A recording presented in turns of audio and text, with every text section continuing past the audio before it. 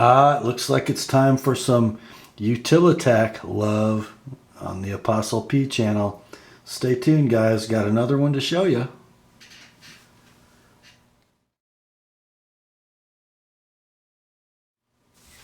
Hi gang, Rob here. It is the evening of 11 February 2014, and if you've been following along, you'll remember from, oh gosh, what, a week and a half ago or so, I discovered firsthand the magic, the virtue, the beauty, the function, the quality of the Ontario Utilitac II.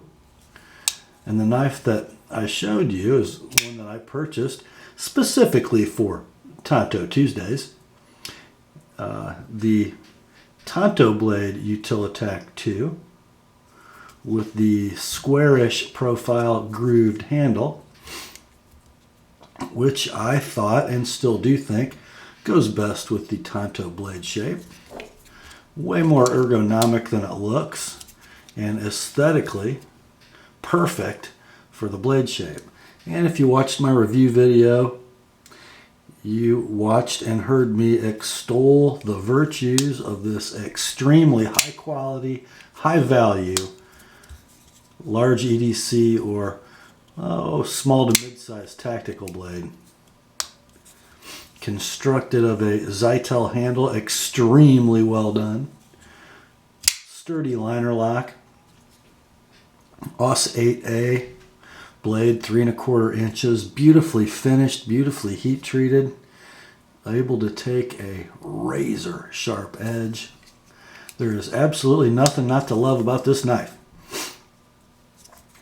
However, I said that I bought this for Tanto Tuesdays, and I got to tell you guys, I felt like it was a compulsory thing for a knife guy to own an American-style Tanto. So I do now, okay? However, I am aware, have been aware, and really have followed much more closely the other version, the completely other version of the Utilitac. See, not only do they make it in a Tanto blade, not only do they make it with this squarish grooved handle, they also make it in a pretty sexy drop point.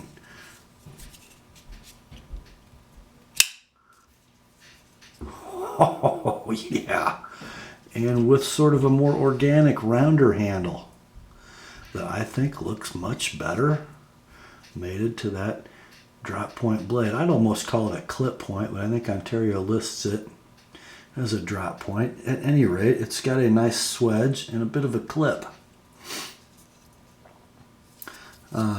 There are reasons, although I prefer drop points to Tantos, there are reasons that in the couple of years that the Utilitac has been out, I've never purchased one of these. And this knife, by the way, is a guest blade in the house for sharpening from my buddy Richard. He sent me, gosh, I guess 4 knives now. And Richard appreciates edges, and he appreciates good knives and likes to take care of them. I was kind of surprised to see this one show up, to tell you the truth, especially right after I did my Utilitac II Tanto video. But can you guys guess? Can you guess what combination of features on this blade caused me not to buy one for a couple years? Yeah, you see it, don't you?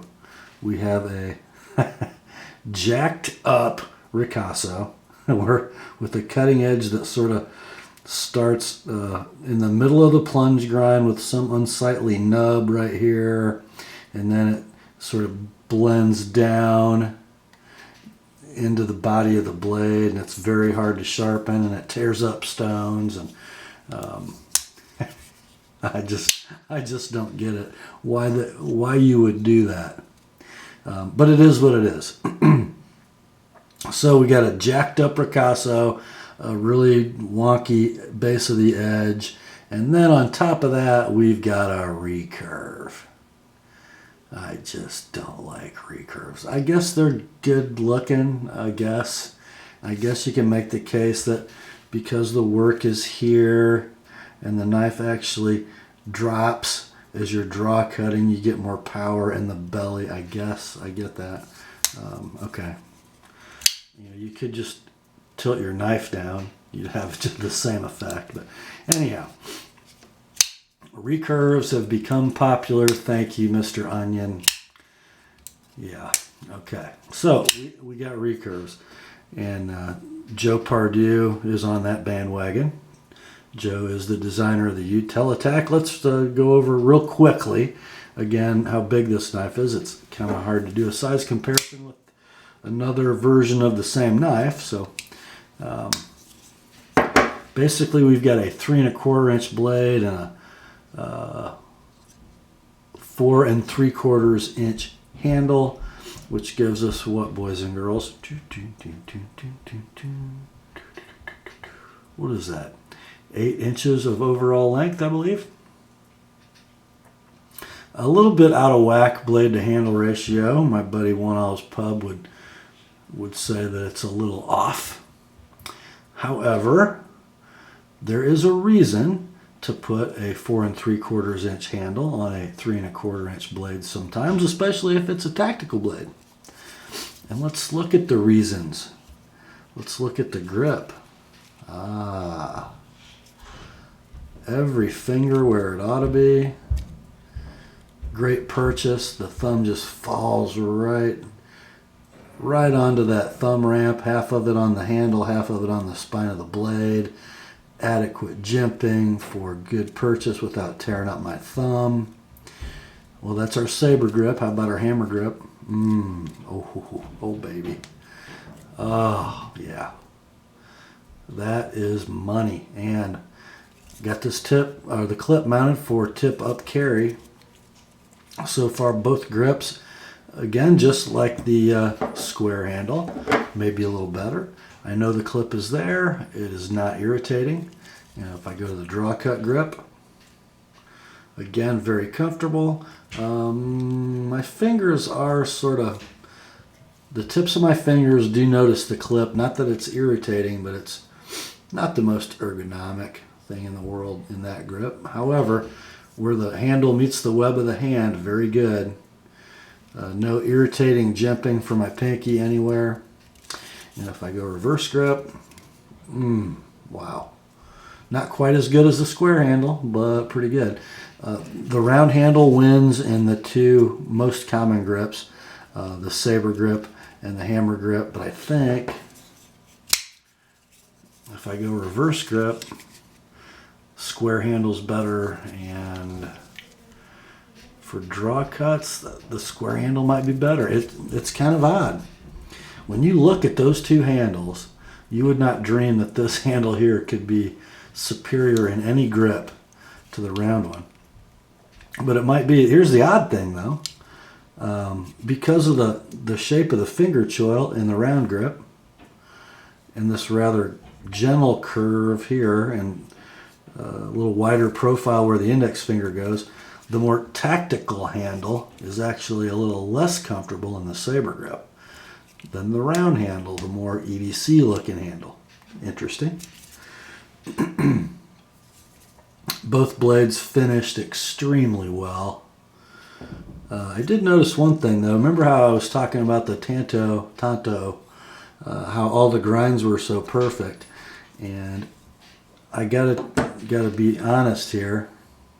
I don't know if you'll pick this up on camera, but the swedge, where the clip meets the tip, is a little different. Where that swedge comes to a point at the tip of the knife is a little different from one side to the other. If you notice, on this side of the knife, the swedge kind of gets cut off by the edge grind. On this side, the edge grind almost meets the point of the swedge.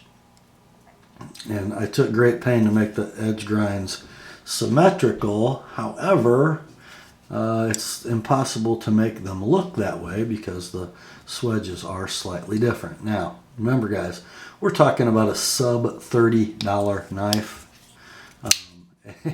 And it's pretty hard to notice unless you're the guy sharpening the knife trying to make it look perfect. So we're not going to condemn this knife for that. By no means. Action and function of the knife, again, just like the Tanto blade, are just perfection. Blade centering, I always have trouble making this look right in the camera.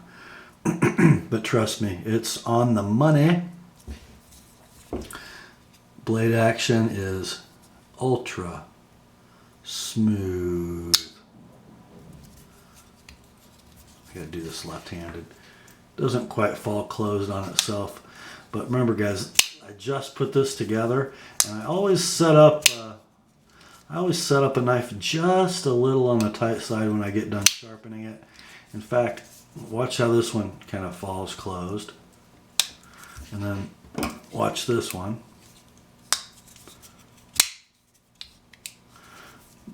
They were pretty much set up the same when I got done with them. And this one's just been sitting around for a couple weeks and being used. So it's a tick smoother. But they're very consistent. Very consistent. Got that same beautiful texturing on the locking leaf of the liner. Just perfect tactility without being uncomfortable.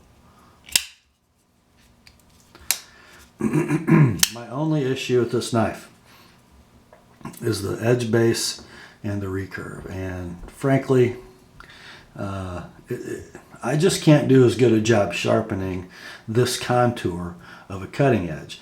I've got to ride the corners of my stones to keep from sharpening or taking material off in areas I don't want to. Because I'm using the corners, it's very, very difficult, nay, impossible, to end up with a good, to get rid of my scratch patterns for previous stones. It just digs more. Now, having said that, those are cosmetic issues. When it comes right down to the cutting edge,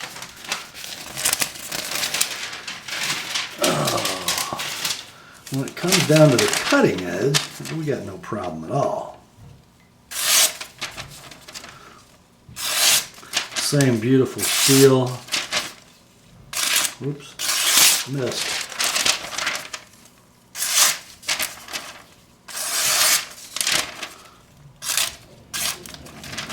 Same beautiful steel. Really, I promise. There we go. Just awesome. Awesome sharp stuff.